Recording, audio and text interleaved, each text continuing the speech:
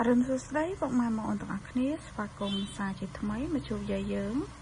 ព្រឹកនេះដែរយាយយើងមានតម្រុយថ្មីសម្រាប់ពុកម៉ែបងប្អូនទស្សនានៅមើលកំសាន្តលេងសារ៉ាប់ថ្ងៃទី17 ខែ 10 2025តម្រុយរបស់យាយគឺមានប៉ុណ្ណឹងហើយយាយក៏មានសុបិននិយាយជូនពុកម៉ែបងប្អូនស្ដាប់កំសាន្តនេះគ្នាតែមុននឹងនិយាយសុបិនយាយក៏សូមពឹងពុកម៉ែបងប្អូនដែលចូលរួមទស្សនាទាំងអស់គ្នានេះកុំភ្លេចជួយចុចពាក្យ like ជាវ subscribe នឹងឲ្យបេះដូងយាយម្នាក់មួយផងមកណាចាជួយចុច subscribe និងពាក្យជាវ channel ថ្មីយាយម្នាក់មួយផងបងអូនដើម្បីបានទទួលវីដេអូក្រោយៗនៅពេលយាយមកផុសតម្រុយជូនពុកម៉ែបងអូនណាបើអត់ចុចទេមើលអត់ឃើញទេ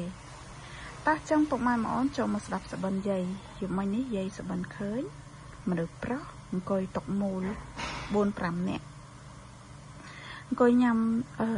ស្រាណាចាអង្គុយញ៉ាំស្រា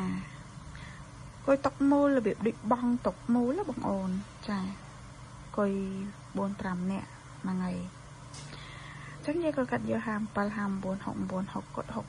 960គាត់957 965អស់5និងអស់60ចឹងពុកម៉ែបងអូនចេះកាត់លេខអីក៏យកតាមហ្នឹងទៅណាចាហើយក៏ជូនពរហេងសំណាងល្អទាំងអស់គ្នាចឹងវីដេអូយាយក៏មានតែប៉ុណ្្នឹងទេជួបគ្នានៅវីដេអូក្រោយបាយបាយ